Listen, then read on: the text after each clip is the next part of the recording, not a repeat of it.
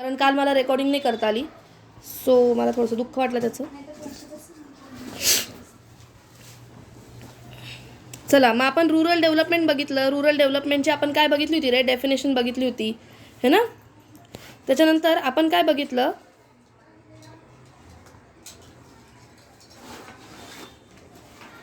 काल आपण सगळ्यात पहिले रुरल डेव्हलपमेंटची डेफिनेशन बघितली बाय वर्ल्ड बँक. ओके.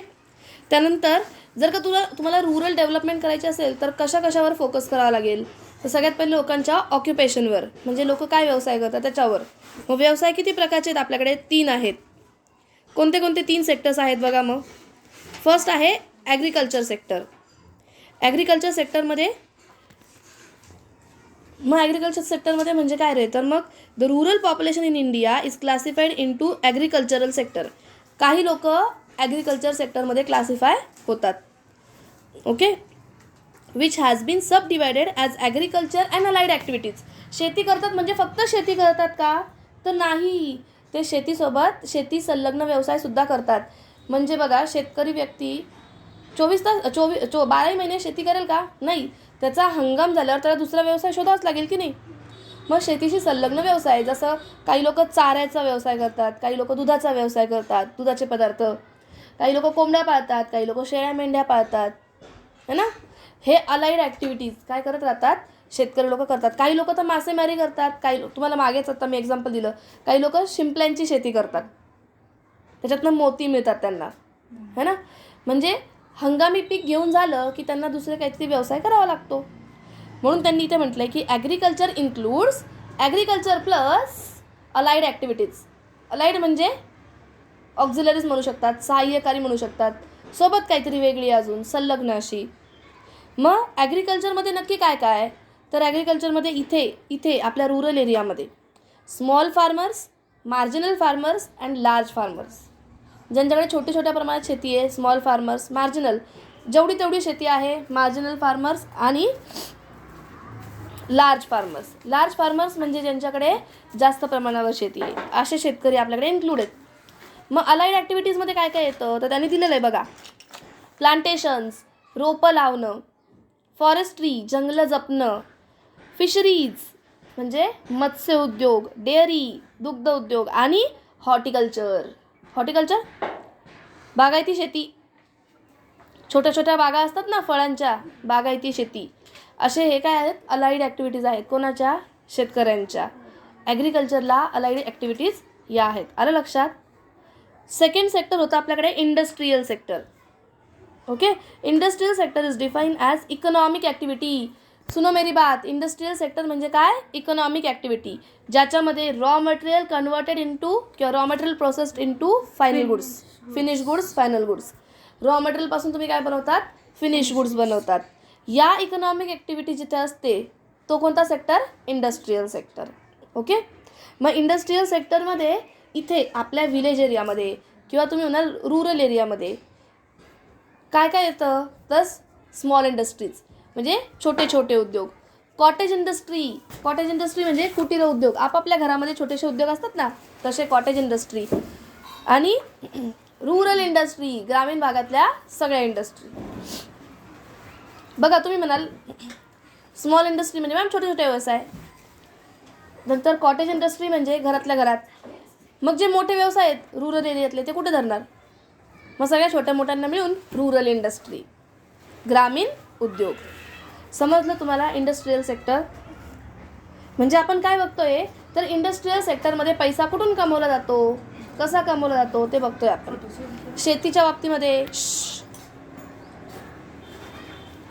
मग सर्व्हिस सेक्टरमध्ये कसे पैसे कमवले जातात, तर service sector term as territory sector.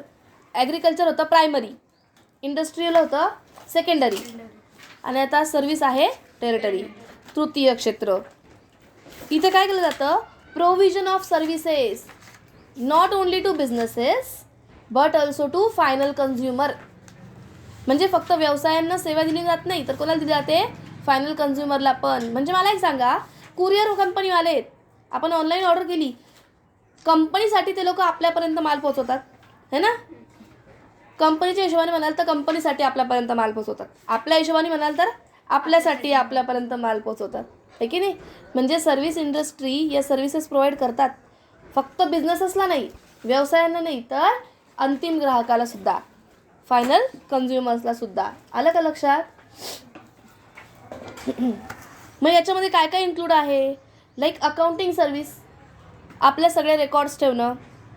ट्रेड्समॅनशिप like mechanic and plumber services, मेकॅनिकसारख्या, रिपेअरमॅनसारख्या, प्लंबरसारख्या services. Tourism, restaurant, computer services. मला सांगा, आपण एका ठिकाणाहून दुसऱ्या ठिकाणी जातो, आपल्याला गाईड करणारे जे असतात टुरिस्ट, ते कोणती वस्तू देतात? वस्तू देतात? सेवा देतात, है ना. प्रोव्हाइड करतात आपल्याला सेवा. त्यानंतर service sector has been further classified into traders, transport operators, professionals and technicals. यांना खऱ्या पद्धतीने आपण जर का क्लासिफाय करू तर त्यांचे अशा प्रकारे होऊ शकतात. ट्रेडर्स म्हणजे जिथे प्रोडक्शन झालं तिथून तो माल आणायचा आणि आपल्याला आणून विकायचा. ओके, म्हणजे त्यांनी काय केलं, फक्त तिकडून इकडे आपल्याला माल आणून विकला, एका प्रकारची काय झाली, सेवा झाली.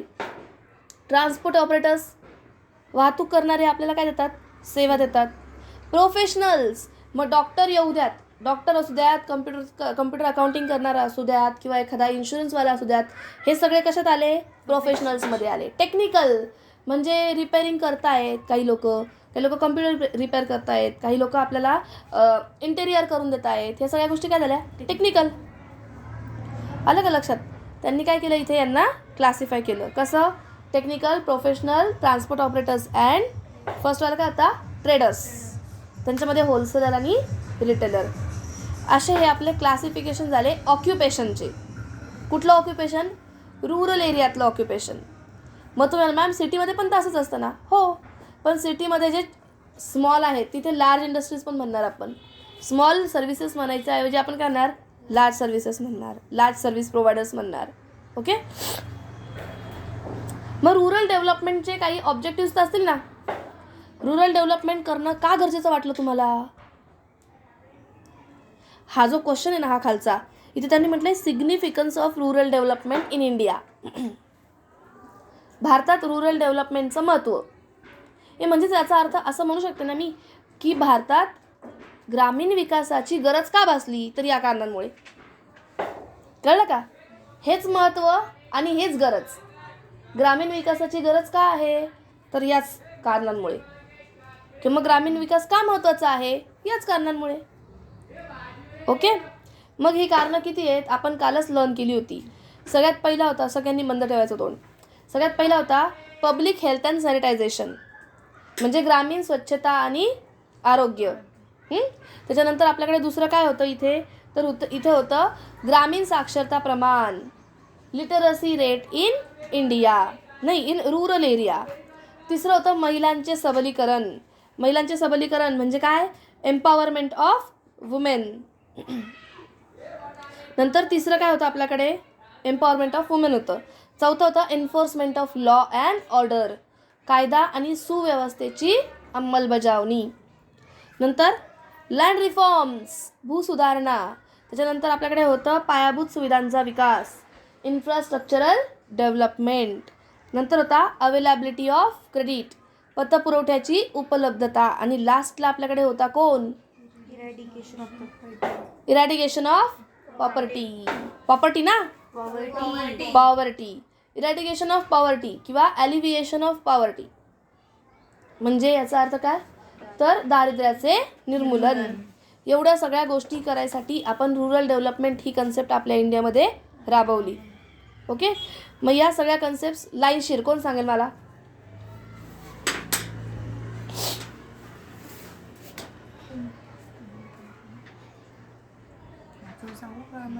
मनाने. काल झालंय लर्न करून, लेक्चरमध्येच गायब होणार लोकांना नाही विचारते मी काहीच.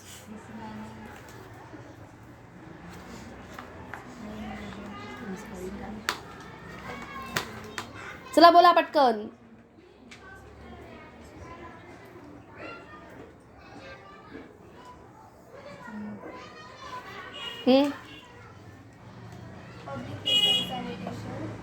सॅनिटायझेशन,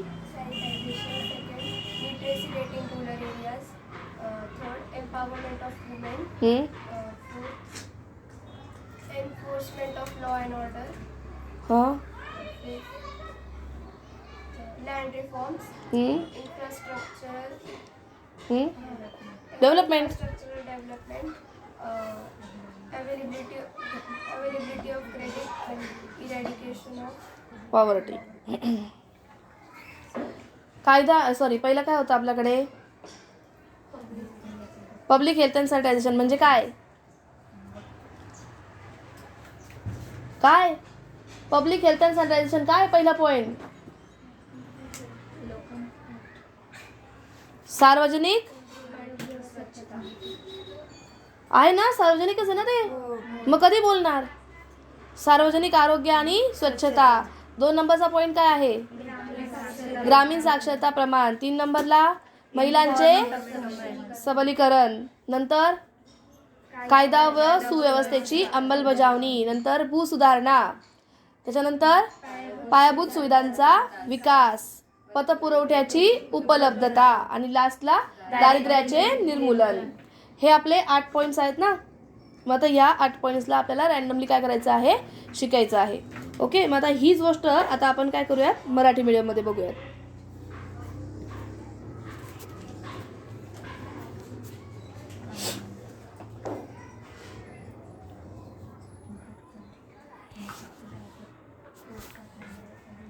काय प्रॉब्लेम आहे या फोनचा?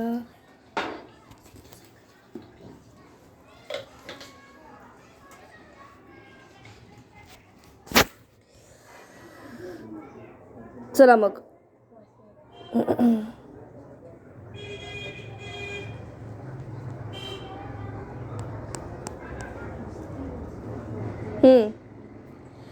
आपण काय बघितलं होतं पहिले? ग्रामीण विकासाची डेफिनेशन बघितली होती तुम्ही. कशी? जागतिक बँकेच्या यांच्याकडे कोणी हां ग्रामीण विकासाची आपण जागतिक बँकेच्या हिशोबाने काय बघितली होती? डेफिनेशन बघितली होती. आणि नंतर मग आपल्याला काय बघायचं होतं? ग्रामीण लोकसंख्येचे वर्गीकरण. कसे? व्यवसायाचे वर्गीकरण. म्हणजे ग्रामीण लोकसंख्येत व्यवसाय कसा कसा केला जातो त्याचं वर्गीकरण. मग इथे आपल्याकडे ते आहे. तर इथे काय आहे? पहिलं कृषी क्षेत्र, दुसरं औद्योगिक क्षेत्र आणि तिसरं सेवा क्षेत्र, सर्व्हिस इंडस्ट्री का सर्व्हिस सेक्टर? Service sector. मग बघा, भारतातील ग्रामीण लोकसंख्येचे कृषी क्षेत्रात विभाजन होते. म्हणजे ग्रामीण लोकसंख्या ही सर्वात जास्त कशात असते? कृषी क्षेत्रामध्ये असते. तसेच शेती व शेती संलग्न उपक्रम. शेती संलग्न, शेतीच्या संबंधित दुसरे उपक्रम यांच्यात विभागणी होते. मग शेतीत कसे? तर अल्पभूधारक, सीमांत शेतकरी किंवा मोठ्या शेतकऱ्यांचा समावेश होतो. शेतीत एक तर अल्पभूधारक, सीमांत शेतकरी किंवा मोठे शेतकरी. आणि मग शेतीच्या संबंधित व्यवसाय याच्यामध्ये कोण कोण येतं? तर त्याच्यामध्ये येतो आपल्याकडे वृक्षारोपण, झाडं लागवड करणं, वनीकरण, जंगलांची काळजी घेण्याचा व्यवसाय, मत्स्य व्यवसाय म्हणजे मासेमारी, दुग्ध व्यवसाय, दुधाचा व्यवसाय आणि बागायती शेती. या सगळ्यांचा समावेश होतो स्पेशली ग्रामीण भागातल्या शेतीमध्ये. नंतर होता औद्योगिक क्षेत्र. मग औद्योगिक क्षेत्र म्हणजे काय रे?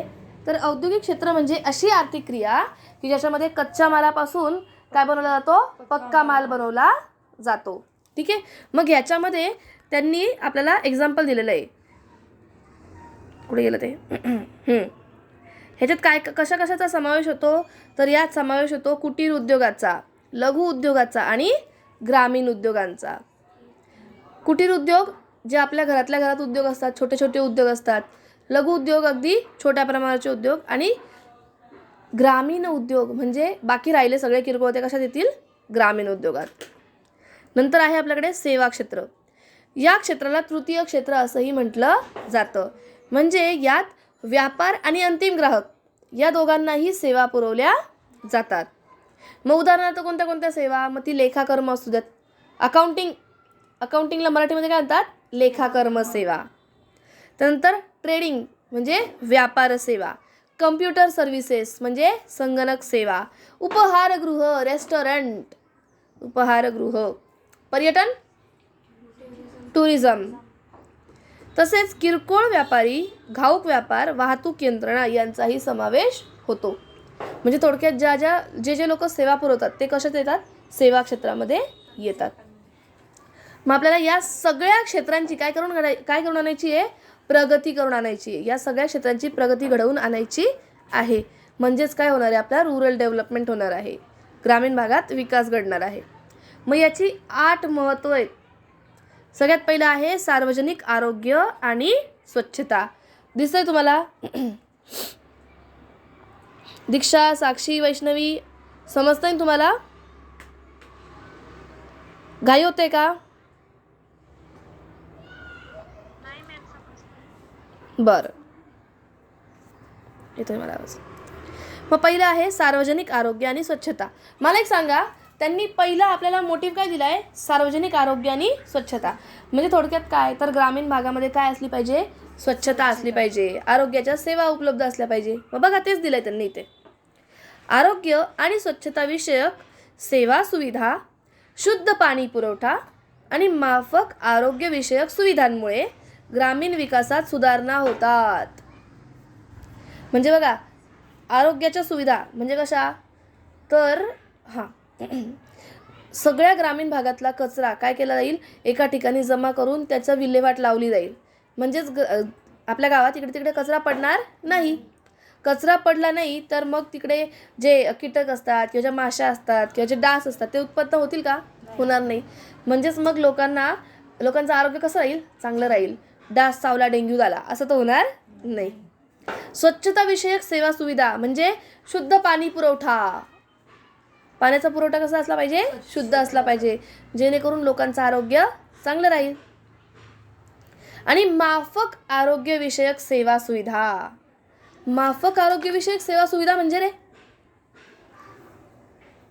माफक म्हणजे काय? रिझनेबल, परवडेबल. कळलं का? परवडणाऱ्या अशा सेवा सुविधा मिळवणं. जर का हे झालं तर ग्रामीण विकासात काय होऊन जाईल? नक्कीच सुधारणा होईल. यामुळे ग्रामीण भागातील जीवनमानाचा स्तर उंचावला जातो. तुम्ही मॅम, आरोग्याचा आणि स्टँडर्ड ऑफ लिव्हिंगचा काय संबंध? सुनो मेरी बात, जर का माणूस शेवडा नसेल ना तर तो व्यवस्थित काम करेल. त्याने व्यवस्थित काम केलं, व्यवस्थित पैसे कमवेल. व्यवस्थित पैसे कमवले तर तो त्याचं खाण्यापिण्याचं म्हणा, कपड्यांचं म्हणा किंवा मग त्याच्या मेडिसिन्सचं म्हणा, सगळ्या गोष्टी काय करेल तो पुन्हा चांगल्या राहतील ना. बघा, एखादा व्यक्ती जर का आजारी नाही आहे, तो चांगला धडधाकट आहे, तो पैसा चांगला कमवेल. त्या पैशाच्या साहाय्याने तो त्याच्या मुलांना एज्युकेशन देईल. एज्युकेशन दिलं म्हणजे पोरं ठिकाणावर राहतील, म्हणजे सगळ्याच गोष्टींच्या बाबतीमध्ये. मग ते त्यांचं कामाचं असू द्यात, आरोग्याच्या सेवा सुविधा, ते असे भंगार औषधं वगैरे घेऊन काही चालवतील का? नाही. सगळ्या गोष्टी स्वच्छ ठेवायच्या, आपले कपडे कसे असले पाहिजे, सगळ्यांच्या बाबतीत त्यांचं काय राहील? लक्ष राहील. म्हणजे पैसा एकदा आला की काय होऊ शकतं? ग्रामीण लोकांचा जीवनमानाचा स्तर नक्कीच उंचावू शकतो. पण त्यासाठी मुळात त्यांचं आरोग्य कसं असलं पाहिजे? चांगलं असलं पाहिजे. तुम्ही जेव्हा फर्स्ट इयरला जाल ना, फर्स्ट इयरला एक लेसन आहे द बेगर म्हणून. एका वकिलाला एक भिकारी सापडतो, प्रत्येकाला खोटं बोलतो आणि भीक मागत असतो, पैसे मागत असतो. तर हा वकील ना त्याला म्हणतो, जा काम करायला. तो म्हणतो, माझ्याकडे अवस्था बघ माझी, कोण काम देणार मला? मग हा वकील त्याला स्वतः काम देतो आणि काहीच काम करत नाही तो, तरी पण हा त्याला पैसे देतो. सुरुवातीला पैसे भेटले, याचं सगळं खाणं पिणं व्यवस्थित होतं आहे म्हणून हा दुसऱ्यांदा पुन्हा तिथे कामाला गेला. तिथे त्याने मन लावून काम केलं आणि त्याला पैसे मिळाले. मग तो रोज वारंवार त्यांच्याकडे कामाला जायचा, पैसे मिळायचे, त्याचं राहणीमान सुधारलं. वकील तिथून राहायला दुसरीकडे निघून गेला, पण ह्याने त्याची स्वतःसाठी चांगली नोकरी शोधली आणि तो डबलचे पैसे कमवायला लागला. म्हणजे जर का माणसाचं आरोग्य चांगलं तर त्याचं इन्कम पण काय होईल? अल्टिमेटली चांगलं होऊन जाईल. म्हणून आरोग्याच्या सेवा सुविधा कशा असल्या पाहिजे? चांगल्या पुरवल्या गेल्या पाहिजे, माफक, कमी दरामध्ये पुरवल्या गेल्या पाहिजे. तर मग काय होईल रे? तर ग्रामीण विकासात नक्कीच सुधारणा होईल आणि तिथल्या लोकांचा जीवनमानाचा स्तर उंचावेल. म्हणजे त्यांचं स्टँडर्ड ऑफ लिव्हिंग किंवा क्वालिटी ऑफ लिव्हिंग काय होईल? इम्प्रूव्ह होईल.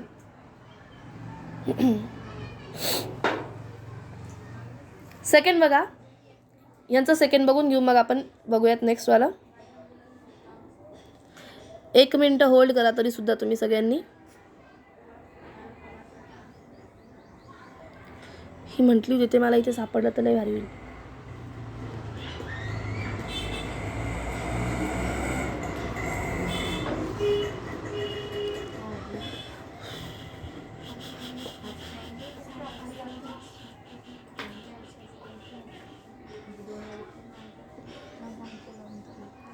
अय शांत बसा, गप्पा मारायला कारणच पाहिजे फक्त. एवढा वेळ लागतो टाईम विचारायला? Not fair.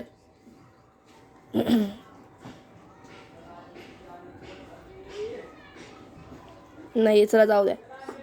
चला पुढे बघा. ग्रामीण साक्षरता प्रमाण. बघा, मी तुम्हाला म्हटलं होतं त्याला आरोग्य चांगलं असेल तर तो चांगले पैसे कमवेल, सगळ्यांना एज्युकेट करेल. खाली बघा, ग्रामीण साक्षरता प्रमाण. तुम्ही जेव्हा ग्रामीण विकास घडवायचा प्रयत्न कराल ना, तेव्हा तुम्ही काय कराल? ग्रामीण साक्षरतेत सुद्धा सुधारणा कराल. बघा, सामाजिक व आर्थिक बदल घडवण्यासाठी साक्षरता हे अत्यंत महत्त्वाचे साधन आहे. सुनो मेरी बात. फक्त आर्थिक नाही तर सामाजिक सुद्धा. म्हणजे हा गरीब, हा छोटं काम करणारा, हा श्रीमंत, हा चांगलं काम करणारा, हे भेदभाव शिक्षणाने कमी होतील. सामाजिक. आर्थिक. शिकलेला असेल तर गरीब माणूस सुद्धा जास्त पगार घेऊ शकतो, है की नाही? म्हणजे आर्थिक आणि सामाजिक दोन्ही प्रकारचे भेदभाव कमी होण्यासाठी कोणाची मदत होते? साक्षरतेची प्रमाण होते, शिक्षणाची मदत होते. नागरी व ग्रामीण भागात, नागरी म्हणजे शहरी, ग्रामीण म्हणजे रुरल भागात साक्षरतेच्या प्रमाणात फारच मोठी तफावत आढळते. तफावत, डिफरन्स. इथे जेवढे लोक एज्युकेटेड आहेत तिथे तेवढे लोक एज्युकेटेड नसतात. आणि ग्रामीण विकासाच्या माध्यमातून शैक्षणिक योजनांची अंमलबजावणी करून ही तफावत कमी करता येते. ग्रामीण विकासाच्या साहाय्याने आपण काय करू? वेगवेगळ्या योजना आणू आणि त्या योजनांच्या अंतर्गत लोकांना शिकवू. आवाज येत नाही. थांब एक मिनिट. आता येतोय का सांगशील मला? आपण काय करू? ग्रामीण लोकांना जास्तीत जास्त योजना आखून शिक्षणाच्या सुविधा उपलब्ध करून देऊ. आणि असं केल्यामुळे ते लोक सुद्धा एज्युकेटेड होतील. मग शहरी भाग असू देत किंवा ग्रामीण भाग असू देत, यांच्यामधला डिफरन्स काय होईल? भरून निघेल, आहे की नाही? मग हे कोणामुळे होऊ शकतं? रुरल डेव्हलपमेंटमुळे होऊ शकतं. ओके. मग तुम्हाला आठवतं का रे ते शाळेमध्ये खिचडी द्यायचे? खिचडी तुम्हाला ते ग्रामीण भागामध्ये खिचडी देणं का चालू केलं होतं? त्याला मिड डे मील म्हणतात. दुपारचं जेवण. शाळेमध्ये दुपारचं जेवण का दिलं जायचं? तुम्हाला माहिती आहे, ग्रामीण भागामध्ये बऱ्याचशा मुलांना जेवणही मिळत नव्हतं. एक टाईम असा तरी प्रश्न भागेल या ह्याच्यासाठी शाळेत, म्हणजे पोरांना शाळेत पाठवायचे आणि याच्यामुळे निदान पोरांना शिक्षणाची गोडी तरी लागायची. ओके. अशा वेगवेगळ्या योजना आखून त्यांनी शिक्षणाची कमी भरून काढायची होती त्यांना, म्हणून ग्रामीण विकासाचा उपयोग झाला. थर्ड आहे महिलांचे सबलीकरण किंवा महिलांचे सक्षमीकरण. मग बघा, ग्रामीण विकासाद्वारे लिंग भेदभाव कमी करणे खूप महत्त्वाची गोष्ट. महिलांचे सबलीकरण कसे करणार? सगळ्यात पहिले लिंग भेदभाव कमी करणं. म्हणजे स्त्री आहे म्हणून तिला प्रमोशन न देणं आणि हा पुरुष आहे त्याला प्रमोशन देणं. स्त्री आहे म्हणून पेमेंट कमी आणि मुलगा आहे म्हणून पेमेंट जास्त. या सगळ्या ज्या गोष्टी आहेत या कमी करायला कोणी मदत केली? रुरल डेव्हलपमेंटने. कशी? बघा, ग्रामीण विकासाद्वारे म्हणजे रुरल डेव्हलपमेंटच्या हेल्पने लिंग भेदभाव, जेंडर डिस्क्रिमिनेशन हे आपल्याला कमी करता आलं. ग्रामीण महिलांच्या विविध गरजांची पूर्तता करणे. सुनो मेरी बात. ग्रामीण महिलांच्या विविध गरजांची पूर्तता करणे. फॉर एक्झाम्पल, ज्या प्रेग्नेंट लेडीज आहेत त्यांना बऱ्याचशा गोष्टी म्हणजे चांगला आहारसुद्धा मिळत नव्हता. मग ग्रामीण विकासाद्वारे त्यांना तो दिला गेला. आशा सेविका आहेत ना, माहिती तुम्हाला? आशा सेविका या ग्रामीण विकासाच्या अंतर्गत त्यांना आपण नियुक्त केलं होतं. सामाजिक विकासाच्या कार्यक्रमात महिलांचे योगदान वाढवणे. मला एक सांगा, आपला ग्रामीण विकास आहे त्याच्यामध्ये जर का एखाद्या महिलेला फायदा झाला, ती बघते लगेच, ती काय करते? अजून 4 जणांना गोळा करते, आहे की नाही? मग याच्यामुळे महिलांचं योगदान सामाजिक विकासात काय होतं? वाढतं. म्हणजे तुम्ही जर का बघितलं असेल तर बचत गट जे असतात महिलांचे ते फक्त पैशांसाठी नसतात, तर त्यांच्या प्रॉब्लेमसाठी सुद्धा असतात. म्हणजे एखादीचा नवरा एखादीला धरून जोडत असेल तर या सगळ्या 10 जणी तिथं जाऊन पोचतील, असं सुद्धा. म्हणजे ह्यालाच काय म्हणतो आपण की महिलांच्या गरजांची पूर्तता करायची, लिंग भेदभाव कमी करायचा आणि याद्वारे महिलांचं सामाजिक कार्यात योगदान वाढवायचं. हे कोणामुळे झालं? ग्रामीण विकासामुळे पॉसिबल झालं. आलं लक्षात? आता 4था पॉईंट मराठीचा बघू आणि लगेच 4 पॉईंट इंग्लिश मिडियमचे बघूयात. कायदा आणि सुव्यवस्थेची अंमलबजावणी. सुनो मेरी बात. असं बऱ्याच ठिकाणी व्हायचं की जर का एखादा मोठा व्यक्ती त्याचं 10 रुपयाचं काय 10-20 रुपयाचे पॉकेट जरी हरवलं ना तर पोलीस लगेच काय करायचे, कार्यवाही करायचे. पण एखादा बिचारा गरीब असेल त्याच्या मोठी महागाची वस्तू जरी गेली ना तरी कोणी पाहत नव्हतं, है ना. किंवा गरीब लोकांकडे शक्यतो लक्ष दिलं जात नव्हतं. मोठमोठ्याल्या योजना यायच्या आणि त्या योजना इथपर्यंत योजना संपून जायच्या. मग इथं बघा काय झालं. समाजातील वंचित घटकांच्या, वंचित गट, आदिवासी लाईक वंचित गटांची अधिकारांची सुरक्षा ग्रामीण विकासामुळे साध्य करता आली. जे वंचित गट होते तुम्हाला माहिती आहे का, बाबा आमट्यांचं तुम्ही बघितलंय कधी, एखादा मूवी बघितलाय किंवा लेसन वाचलाय. त्यामध्ये तुम्ही जर का बघितलं असेल तर पोस्टाद्वारे गव्हर्नमेंट या लोकांना, आदिवासी लोकांना मदत देऊ करायचे. पण हे लोक काय करायचे माहिती का, पोस्टातले लोक मदत 50 रुपयाची आली आणि 10 रुपये द्यायचे यांना. म्हणजे याचा अर्थ यांच्या हक्काची सुरक्षितता होती का, नाही. पण ग्रामीण विकासाच्या द्वारे यांनी वंचित घटकांचे हक्क पण काय केले, सुरक्षित केले. म्हणजे सगळ्यांना आपापले हक्क मिळायला लागले. ग्रामीण विकासामुळे कायदा आणि सुव्यवस्थेची अंमलबजावणी योग्य प्रकारे करता येते. येतं लक्षात. ग्रामीण विकासामुळे वेगवेगळे लोक नियुक्त करण्यात आले. माहितीचा हक्क, राईट टू इन्फॉर्मेशन ॲक्ट माहिती आहे तुम्हाला, माहितीचा हक्क माहिती आहे. कोणतीही योजना आलेली असो तिची माहिती घेण्याचा आपल्याला हक्क आहे. हा हक्क या ग्रामीण विकासाच्या अंतर्गत काढण्यात आला. ग्रामीण भागामध्ये कोणतीही योजना आलेली आणि त्या योजनेची अंमलबजावणी कशी झाली हे विचारायला कोणताही व्यक्ती जाऊ शकतो ग्रामीण भागातला. यामुळे काय झालं, कायदा आणि सुव्यवस्थेची अंमलबजावणी करता आली. आलं लक्षात. हेच बघू आता आपण इंग्लिशमध्ये.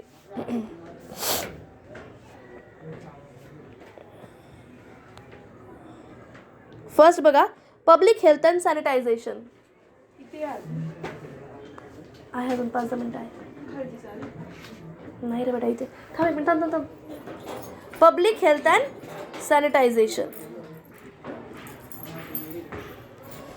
Rural development helps to improve sanitization and hygiene.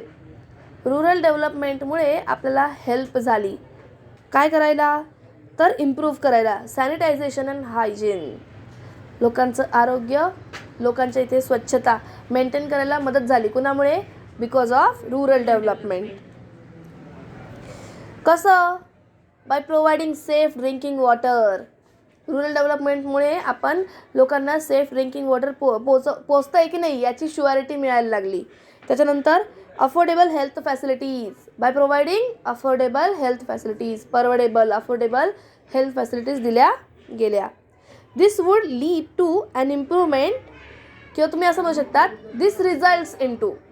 This would lead to, त्याच्याऐवजी तुम्ही म्हणू शकतात this results in to an improvement in quality of living or in standard of living. म्हणजे लोकांना चांगल्या आरोग्याच्या सुविधा मिळत आहेत, माफक दरात मिळत आहेत, स्वच्छता आहे. म्हणजे बघा, सेफ ड्रिंकिंग वॉटर मिळतं आहे त्यांना, रिजनेबल अफोर्डेबल अशा काय मिळतं आहेत, हेल्थ फॅसिलिटीज मिळत आहेत. म्हणजे कमी पैशांमध्ये त्यांना आरोग्याच्या सुविधा मिळत आहेत. तर इथे काय होणार आहे, यांचं स्टँडर्ड ऑफ लिव्हिंग किंवा क्वालिटी ऑफ लिव्हिंग वाढणार आहे. Literacy rate in rural area. See, literacy rate in rural area is a powerful instrument. It is powerful instrument of socio-economic change. Socio-economic change? Social plus economic. सामाजिक plus आर्थिक. समाजात स्त्रियांना चांगला मान मिळावा किंवा सगळे समान आहेत, सगळे चांगले राहायला पाहिजे, सगळे स्वच्छ राहायला पाहिजे, सगळ्यांनी सगळ्यांची काळजी घ्यायला पाहिजे. ह्या सगळ्या गोष्टी कशामुळे शिकतो लोक, शिक्षणामुळे. म्हणजे सामाजिक बदलही घडून येतात ते कोणामुळे, एज्युकेशनमुळे, लिटरसी रेटमुळे. इकॉनॉमिक, चांगला जर का माणूस चांगला शिकला आहे तर तो उत्पन्न पण कसं कमवेल, चांगलं कमवेल. म्हणजे इकॉनॉमिक पण काय झाला, चेंज झाला. Why, due to literacy rate. आणि लिटरसी रेट कशामुळे वाढला, because of rural development. Okay. However there is a considerable gap between rural and urban literacy rates.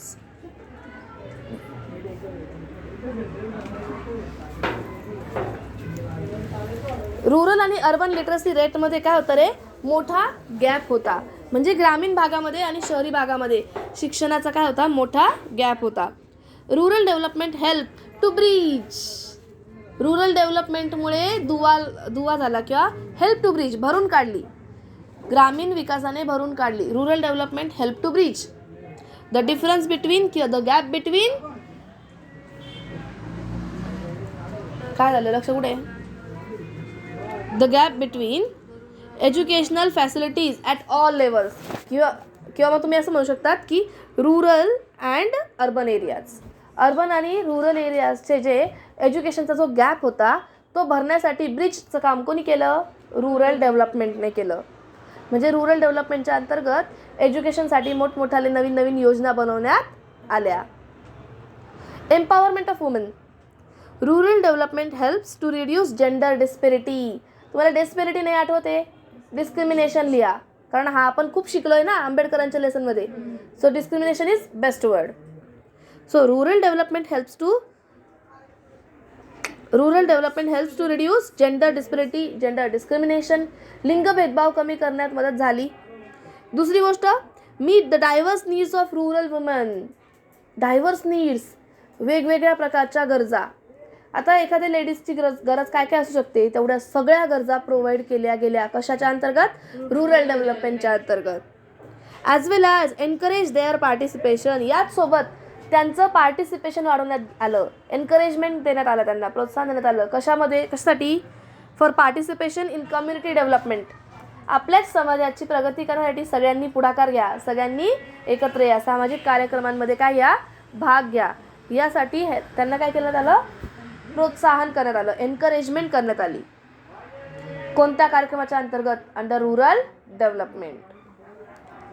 आणि लास्ट होता तो enforcement of law and order. बघा, only because of rural development, कारण rural development तिथे कायदा आला आणि रुरल डेव्हलपमेंटमुळे काय झालं, helps to safeguard rights of the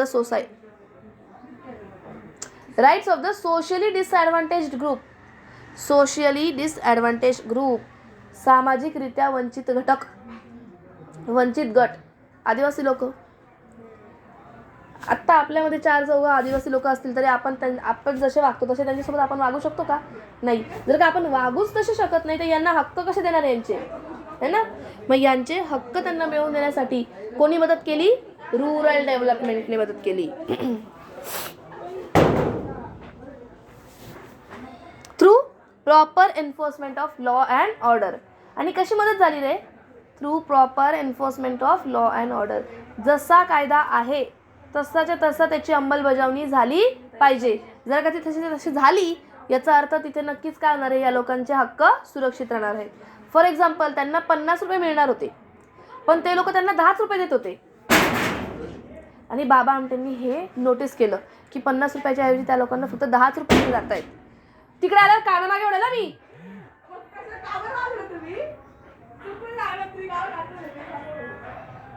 lecture चालू आहे ना इथे. अक्कलचं कांदा नाही तर एक नंबरच्या मूर्तीचा. काय सांगत होते मी, हां.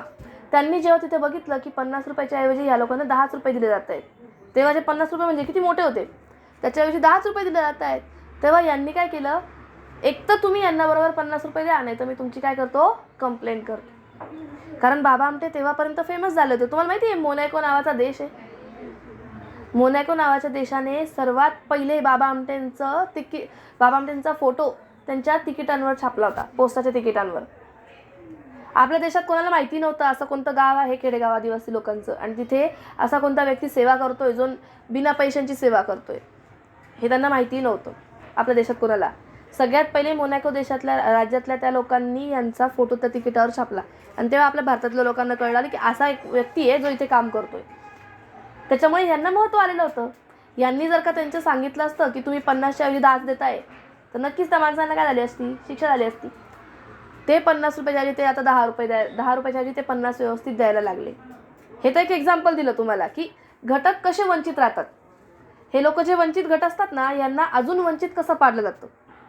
तर कायदा आणि कायद्यांची व्यवस्था असते ना, ती अगदी व्यवस्थित अशी अंमलबजावणी केली जातच नाही. सांगितले 50 तर ते पण 50 ना. येते का लक्षात? अंमलबजावणी केलीच गेली नाही तर या लोकांचे हक्क सुरक्षित राहतील का? नाही राहणार.